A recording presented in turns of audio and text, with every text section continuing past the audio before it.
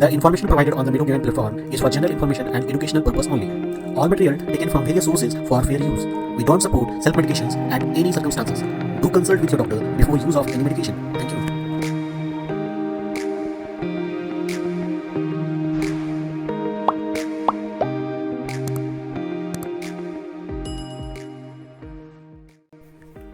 Hello viewers, आज जो हम लोग मॉलिक्यूल्स के बारे में देखने वाले हैं उसका नाम है एमोक्सिसिलिन एंड पोटेशियम क्लार्बोनेट।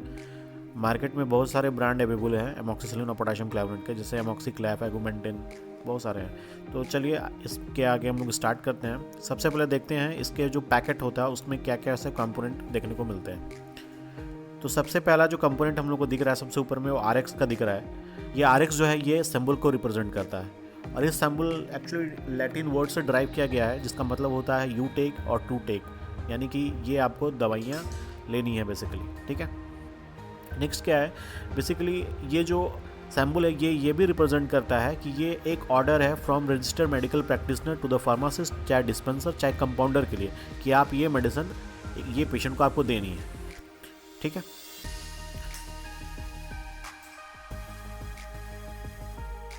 जो पहले दवाइयाँ बनती थी जो कि पेशेंट को दी जाती थी, वो पहले दवाइयाँ कंपाउंडर के द्वारा कंपाउंडिंग की जाती थी। डॉक्टर ने जैसे लिखा एमोक्सिसिलिन 500 mg और 125 mg पोटेशियम क्लार्बोनेट, तो जो कंपाउंडर है वो उन दवाइयों को वेइंग बैलेंस से वेइंग करता था, तौलता था, तब फिर उसको कंपाउंडिंग करके पेशेंट को देता था। लेकिन आजकल वो चीज़ें नहीं होती, आजकल रेडीमेड दवाइयाँ बन रही हैं और वैसा ही पेशेंट को दिया जाता है। जैसे कि हम लोग जानते हैं ये एलोपैथी जो है ये लैटिन सभ्यता से उठ के आया है। तो इसमें ये जो रिप्रेजेंटेशन है, ये जो RX, ये जो सिंबल है, ये रिप्रेजेंटेशन था गॉड ऑफ जुपिटर को, जिसको हम लोग गॉड ऑफ हीलिंग भी उसमें कहा जाता था लैटिन सभ्यता में। जो भी प्रिस्क्रिप्शन डॉक्टर के द्वारा आपको मिलता है उस प्रिस्क्रिप्शन में भी ये रिप्रेजेंट रहता है RX, जिसका मतलब तो अब आप जान चुके हैं, इसका मतलब होता है यू टेक और टू टेक। ठीक है, नेक्स्ट कंपोनेंट की तरफ हम लोग देखते हैं। नेक्स्ट कंपोनेंट है हमारा एमोक्सिसिलिन एंड पोटेशियम क्लार्बोनेट टैबलेट। ये एक्चुअली आप रिप्रेजेंट करता है साल्ट, कौन सा है, कंपोजिशंस, मॉलिक्यूल्स या API मतलब होता है active pharmaceutical ingredient.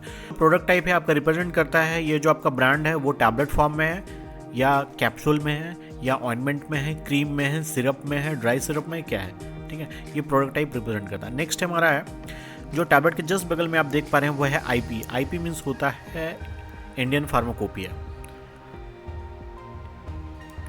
Indian pharmacopoeia actually क्या होता है, जो फार्माकोपिया होता है बेसिकली ये एक ऑफिशियल बुक होता है। हर एक कंट्री का अपना अपना एक ऑफिशियल बुक है रिगार्डिंग ड्रग्स के बारे में, API के बारे में, कोई भी साल्ट के बारे में, जो कि कंप्लीट इन्फॉर्मेशन रखती है किसी भी API के बारे में, उसका एनालिटिकल स्पेसिफिकेशन, उसका टेस्टिंग के बारे में, और जो फार्मास्यूटिकल प्रोडक्ट है जैसे कि टैबलेट, कैप्सूल, इंजेक्शन, वो कैसे बनाए जाएंगे उसके बारे में कंप्लीट इन्फॉर्मेशन उस बुक में रहती है। जिस प्रकार से हम लोग के लिए यानी इंडियंस के लिए इंडियन फार्माकोपिया है, उसी प्रकार से यूनाइटेड स्टेट अमेरिका के लिए यूनाइटेड स्टेट फार्माकोपिया USP है, और ब्रिटिश के लिए, इंग्लैंड के लिए BP है, यानी कि ब्रिटिश फार्माकोपिया है। ठीक है, इंडिया में जो भी दवाई मैन्युफैक्चरिंग होंगे ये मैंडेटरी है कि उस साल्ट नेम के बाद आपको ये रिप्रेजेंट करना है कि किस फार्माकोपिया के अंतर्गत ये मेडिसिन बनाया गया है। तो जैसे कि हम लोग देख सकते हैं जो हमारा स्क्रीन पे है एमोक्सिक्लैप 625, वो एक्चुअली रिप्रेजेंट कर रहा है IP मतलब ये इंडियन फार्माकोपिया के तहत ये टोटल एमोक्सिक्लैप बनाया गया है। ठीक है, नेक्स्ट हम लोग देखते हैं। नेक्स्ट रिप्रेजेंट है यहाँ पे एमोक्सिक्लैप 625, यानी कि ये रिप्रेजेंट कर रहा है ब्रांड नेम को। ठीक है, यानी कि एबॉट कंपनी का ये ब्रांड नेम एमोक्सिक्लैप है, जो कि कंटेन करता है amoxicillin and potassium clavulanate. Next है हमारा 500 mg एंड 125 mg, ये रिप्रेजेंट कर रहा है स्ट्रेंथ, कि कितना amount of amoxicillin and potassium clavulanate इस ब्रांड में है। तो 500 mg रिप्रेजेंट कर रहा है एमोक्सिसिलिन को, और पोटेशियम क्लार्बोनेट 125 mg। ये आपका रिप्रेजेंटेशन है। जो भी कंपनी इसका मैन्युफैक्चरर है, चाहे जो मार्केटिंग कर रहा है, उसका नाम यहाँ पे है, कंपनी नेम और उसका सिंबल। चलिए नेक्स्ट हम लोग एमोक्सिसिलिन के बारे में विशेष रूप से जानते हैं। Amoxicillin actually penicillin class of antibiotic है। ठीक है, जो पेनिसिलिन क्लास ऑफ एंटीबायोटिक के अंतर्गत में और भी बहुत सारे एंटीबायोटिक आते हैं, जैसे कि penicillin G, penicillin V, ampicillin, piperacillin. अब यहाँ पे बात होती है, तो हो गया पाइपरासिलिन क्लास ऑफ एंटीबायोटिक। अब ये एंटीबायोटिक एक्चुअली क्या होती है? एंटीबायोटिक होता है एक ऐसा ड्रग्स जो कि ड्राइव होता है किसी माइक्रो ऑर्गेनिज्म से ही। माइक्रो ऑर्गेनिज्म में कुछ भी हो सकता है, फंगस हो सकते हैं, एल्गी हो सकते हैं, इवन बैक्टीरिया भी हो सकते हैं, और वो कैपेबल होते हैं किसी अदर माइक्रो ऑर्गेनिज्म के ग्रोथ को इनहिबिट करने के लिए, even in small concentration, it doesn't matter, लेकिन छोटा सा ही कंसंट्रेशन में वो ग्रोथ को इनहिबिट करेंगे, लेकिन करेंगे।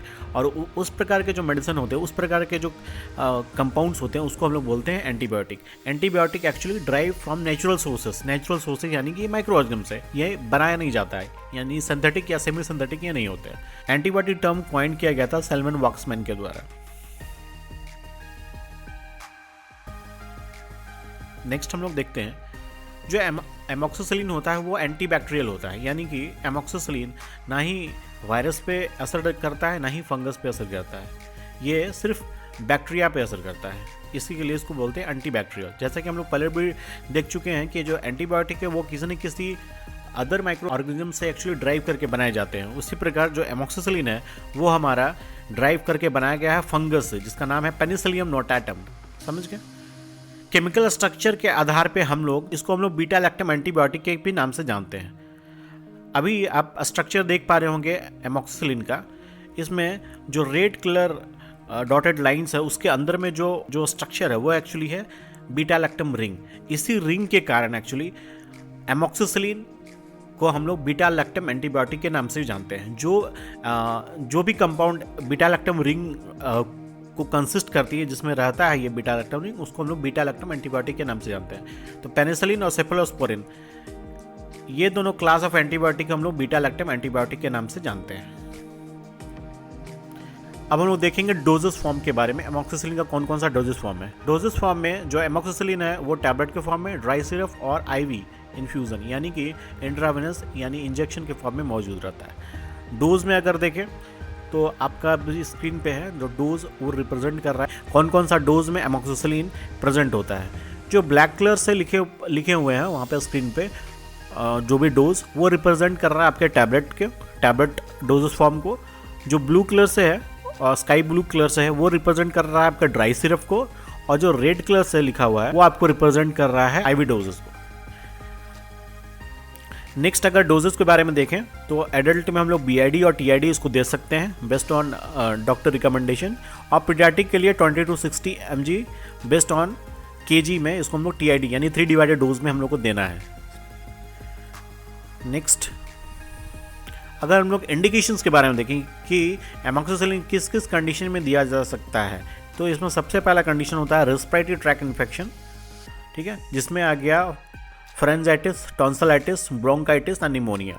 यहाँ पे देख पा रहे होंगे फ्रेंजाइटिस, टॉन्सिलाइटिस, तो आइटिस जहाँ भी आएगा तो वहाँ पे आपको एक्चुअली ये एक सफिक्स है जो कि रिप्रेजेंट करता है किसी भी इन्फ्लेमेशन चाहे इन्फेक्शन के लिए, ठीक है। तो ब्रोंकाइटिस मतलब इन्फ्लेमेशन इज ब्रोंक्यूल्स, टॉन्सिलाइटिस मतलब इन्फ्लेमेशन इन टॉन्सिल, ठीक है।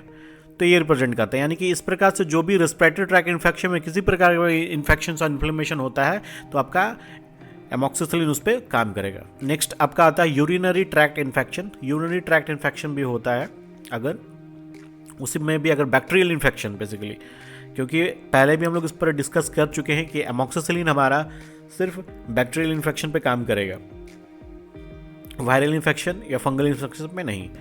नेक्स्ट है आपका skin and soft tissue infection, यानी कि जो भी स्किन या सॉफ्ट टिश्यू पे, ज़्यादा डीप टिश्यू पे नहीं, अगर सॉफ्ट टिश्यू इन्फेक्शन है तो उस पर बढ़िया से काम करता है, जैसे कि बॉयल्स, कोई फोड़ा, कोई घाव, कोई इन्फेक्शन है, कोई सेलुलाइटिस है, उसमें आपका एमॉक्सिसिलिन बहुत बढ़िया काम करेगा। ENT इन्फेक्शन जैसे कि ओटाइटिस मीडिया, यानी कि मिडल ईयर में जो भी इन्फ्लेमेशन होता है कान में, उसको भी इसको ठीक करेगा। नेक्स्ट है इंट्रा एब्डोमिनल सेप्सिस, किसी प्रकार का इंट्रा एब्डोमिनल सेप्सिस होता है यानी इन्फेक्शन होता है, उसमें भी आपका ये काम करेगा, ठीक है। नेक्स्ट आपका peptic ulcer by Helicobacter pylori. Next है डेंटल इन्फेक्शन। डेंटल इन्फेक्शन यानी कि आप नाम से ही ये समझ पा रहे होंगे, डेंटल इन्फेक्शन मतलब जो भी दांत में यानी मसूड़े में यानी कि ओरल कैविटी में जो किसी भी प्रकार का इन्फेक्शन अगर होगा तो उसको भी ये ठीक कर सकेगा। नेक्स्ट है गायनेकोलॉजिकल इन्फेक्शन, कोई भी एसटीडी यानी सेक्सुअली ट्रांसमिटेड डिजीज में एमॉक्सिसिलिन आपका अच्छा काम करता है। Last but not the least bone and joint infection में भी ये बढ़िया काम करेगा। एमॉक्सिसिलिन आपका मेनिंजाइटिस में भी काम करता है। बहुत अच्छे तरीके से, तो उसका भी हम लोग उसको यूज कर सकते हैं। चलिए नेक्स्ट आगे बढ़ते हैं। एमोक्सिसिलिन एंड पोटेशियम क्लैवरेट में पोटेशियम क्लैवरेट का क्या रोल है, ये हम लोग नेक्स्ट वीडियो में देखेंगे। अभी हम लोग सिर्फ एमोक्सिसिलिन के बारे में देख लेते हैं, मैकेनिज्म ऑफ एक्शन। तो इसका जो मैकेनिज्म ऑफ एक्शन है, अगर शॉर्ट में बोले तो ये इनहिबिट करता है सेल वॉल सिंथेसिस को। एमोक्सिसिलिन एक एंटीबैक्टीरियल ड्रग्स है जो कि सेल वॉल के सिंथेसिस को रोकता है, ठीक है। यहाँ पे आप फिगर में देख पा रहे होंगे, बैक्टीरिया को हम लोग सेल वॉल के आधार पर 2 कैटेगरी में बांटते हैं, gram positive and gram negative. Peptidoglycan देख सकते हैं, एक जो प्रोटेक्टिव लेयर होता है जो सेल वॉल को रिप्रेजेंट करता है, वो ग्राम पॉजिटिव के थिक होता है, मोटा होता है as compare to gram negative. Figure में भी आप इसको सही से देख पाएंगे। एमोक्सिसिलिन बैक्टीरिया के सेल वॉल सिंथेसिस को रोक देता है, जिसके कारण बैक्टीरिया अपना स्टेबिलिटी खो देता है और फिनिश हो जाता है, मर जाता है। चलिए हम लोग इसको वीडियो के रूप में देखते हैं और इसको और सही से समझने की कोशिश करते हैं। ये बैक्टीरियल सेल का ट्रांसवर्स सेक्शन है। आउटर लेयर को हम लोग सेल वॉल बोलते हैं। सेल वॉल सेल मेम्ब्रेन के चारों तरफ रहता है। सेल मेम्ब्रेन के अंदर का जो पार्ट है उसको हम लोग साइटोप्लाज्म बोलते हैं। चलिए इसको मैग्नीफाई करके देखते हैं। ये सेल मेम्ब्रेन है और साइटोप्लाज्म है, और सेल मेम्ब्रेन के ऊपर में ही सेवरल लेयर ऑफ पेप्टिडोग्लाइकेन्स होते हैं। पेप्टिडोग्लाइकेन एक पॉलीमर है जो एन एसिटाइल ग्लूकोसामाइन और एन एसिटाइल म्यूरामिक एसिड से मिलकर बनता है। इस प्रोसेस में सबसे पहले 5 amino acid N acetyl muramic acid से आके मिलता है। उसके बाद एन एसिटाइल ग्लूकोसामाइन और एन एसिटाइल म्यूरामिक एसिड आपस में कंबाइन होते हैं। फर्दर यही प्रोसेस आगे चलता जाता है और पेप्टिडोग्लाइकेन का लेयर टू लेयर बनता जाता है। ट्रांसपेप्टिडेज, जिसको हम लोग पेनिसिलिन बाइंडिंग प्रोटीन के नाम से भी जानते हैं, वो पेप्टिडोग्लाइकेन के क्रॉस लिंकिंग में हेल्प करता है। बहुत सारा पेप्टिडोग्लाइकेन का लेयर मिलके सेल वॉल का निर्माण करता है। ग्राम पॉजिटिव बैक्टीरिया में पेप्टिडोग्लाइकेन लेयर का संख्या ज्यादा होता है as compare to gram negative bacteria.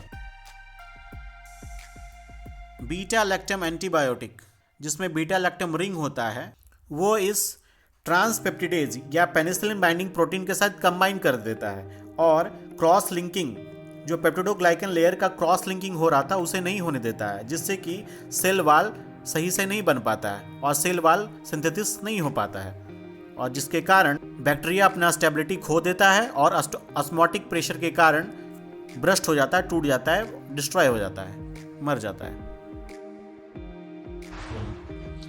Video को लाइक कीजिए, चैनल को सब्सक्राइब कीजिए और बेल आइकन को प्रेस कीजिए। Thank you.